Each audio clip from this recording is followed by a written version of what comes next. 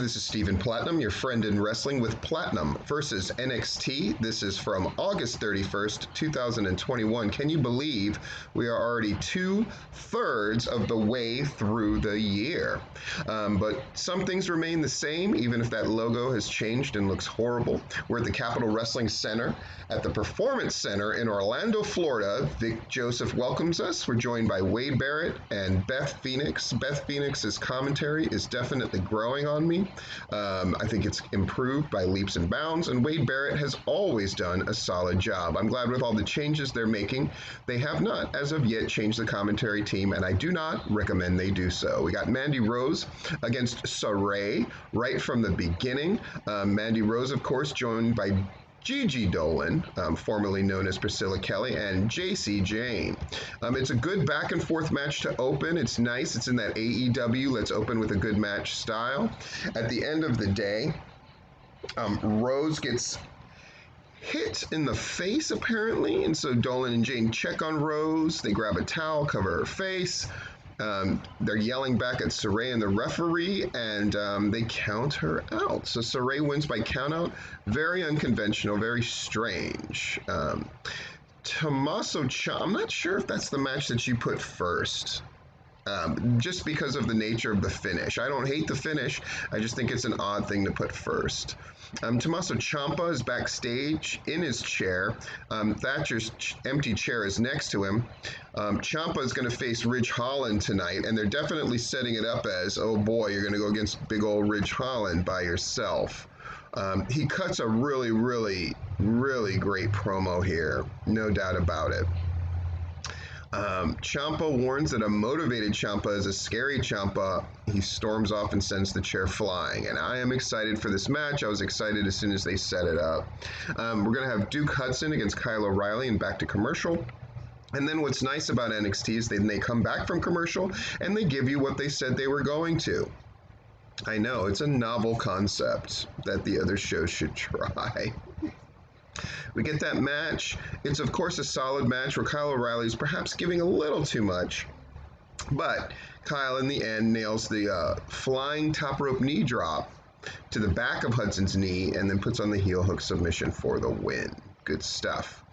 We see Dragunov walking backstage. Back to commercial, back from the break, and we introduce the NXT UK champion, Dragunov. He cuts a decently long promo, which is a bit of a shock. He says we all saw the ring general has fallen. Long live the Tsar.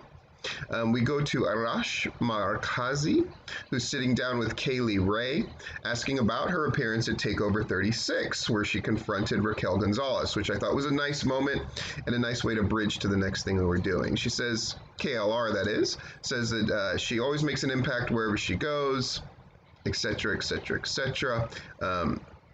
She touts her historic title reign in NXT UK, and now says she's going to dominate in the USA. And I think this is something that we're all hoping for, is more crossover between NXT UK and NXT in America. So that's wonderful. Back from the break, Mackenzie Mitchell is backstage with the breakout tournament winner, Carmelo Hayes.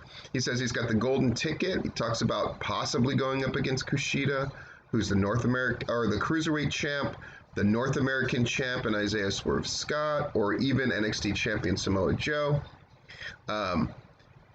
Elektra Lopez interrupts and says the North American title is for Santos Escobar to win, not Carmelo. Legado del Fantasma interrupts as soon as Hayes starts to talk, and they try to intimidate him. Santos says the North American title is his, but since Hayes is new, he's going to give him a pass so he can walk into his title match. Escobar warns Hayes to stay out of his business. I thought this was a nice bit of business. I did not like at the end when Hayes was like, was I just threatened? I did not like that. Other than that, I thought it was very good, and it's interesting for them to set up this idea of this newcomer who's going to get a title shot and warning him to stay away from a certain title as a way of getting him in an angle that doesn't involve a title. I like it a lot. Imperium against Drake Maverick and Grayson Waller. It is what you would expect. The Imperium wins, of course. Drake gives a good fight, and at the end, they beat Waller with the European Bomb. All by the numbers, all what you expect. Indy Hartwell is backstage with Johnny Gargano. She wants Gargano to give Dexter Lumis a chance, and he says he'll think about it. And Lumis suddenly appears, and Gargano asks him to stop doing that, and then he's spooked. They walk behind Gargano and will be in his corner tonight. Interesting. Back from the break, we get backstage promos by Pete Dunne, Ridge Holland, Lorcan, and Danny Burch. Dunne is getting Holland hyped for his match against Tommaso Ciampa, and Holland says if Ciampa wants to dedicate the match to Timothy Thatcher, he'll put Ciampa in the hospital next to him. Gigi Dolan and JC Jane are shown walking out of Saray's locker room after getting payback for what happened earlier to Mandy Rose, and Saray is laid out on the floor. I like that they didn't show it. I like that they implied it. I thought that's a really good move. And we get Gargano against L.A. Knight. It's weird to have L.A. Knight not have a thing, but I guess that's predictable. And they have a nice long match for sure. The most competitive match of the night. And at the end of the day, Gargano's back in the ring, but he distracts himself. Keep in mind, they didn't do anything to distract him really with Lumis and Indy. Reaching out to Lumis on the floor. Knight takes advantage and hits his move for the pin to win. After the match, Knight stands tall. Indy and Dexter look worried at ringside as the referee checks on Gargano. Knight heads to the stage as we go to replays. We get the NXT Tag Champions MSK bringing a cameraman into the office of William Regal.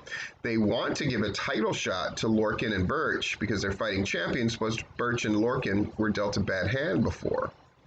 Regal mentions wanting to do Burch and Lorcan versus Tommaso Ciampa and Timothy Thatcher next week, but if MSK wants the title defense, they've got it.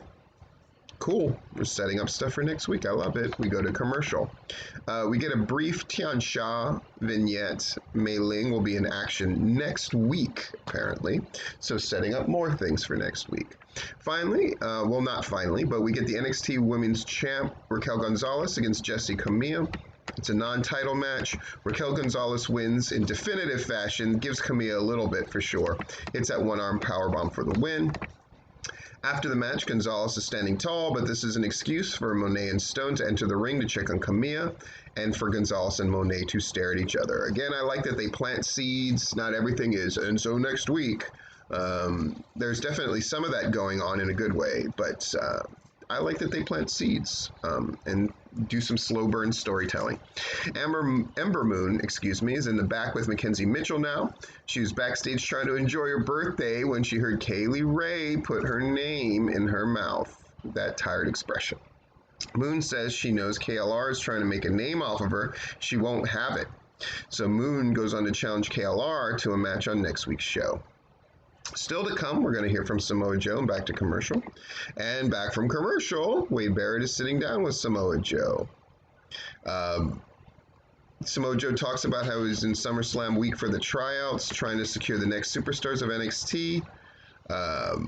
How he was jet lagged, but he needed to do that title match, and he did it. His third title reign with the NXT title has taught him that legacy is important, needs to be upheld, and the precedent needs to be maintained, whether it's in the media or with the fans. Joe goes on and wonders who will step up and challenge him, who will seize their own identity. Great stuff. Roderick Strong versus Ike Manjito. Good match. It's really about the people coming to ringside and the different stuff going on. Basically, Strong with a very unique backbreaker and more trash talking and sending a message to Kushida, and then he hits a second backbreaker for the pin to win. The Diamond Mine stands tall, of course, and Strong yells out how Kushida's title belongs to him and no one's stronger than the Diamond Mine, etc., etc. Definitely doing surgery with a blunt tool, but it gets the job done, if you know what I mean. Mackenzie's backstage with NXT Women's Tag Champions Io Shirai and Zoe Stark. And back there with Catanzaro and Kaden Carter. There's going to be a title match next week. See how they're setting up the show? I just love it. So Stark talks about how she would take a bullet for Shirai, And Shirai interrupts and says she doesn't like Carter. This part is getting a little tired, if I'm being honest. They need that relationship to develop in some way, shape, or form beyond just, I don't really trust you. It feels pretty tired and pretty pat. They got to move them in one way or another, and I guess next week's title match will help do that. Let us hope. Back from the break, Mackenzie with Cameron Grimes. Cameron Grimes luckily just doesn't drop the fact that Ted DiBiase was part of his life for the past 3 months. He said Ted DiBiase taught him there's just $1 million champion and just one Cameron Grimes, so he's going to take that and go. The grizzled young veterans mock Grimes, taunt him with a replica of the $1 million title. Grimes takes the belt and goes on and on about how great it looks, how good WWE Shop did with this one. He ends up dropping the belt on Zach Gibson's toe and then leaves as he sells the injury. Silly stuff. Ridge Holland, Tommaso Ciampa. This is a fantastic match. Of course it is.